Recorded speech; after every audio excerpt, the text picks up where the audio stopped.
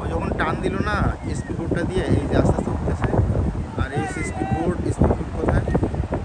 এই speed board, হ্যাঁ হ্যাঁ, এই স্পিড বোর্ডে টানছে।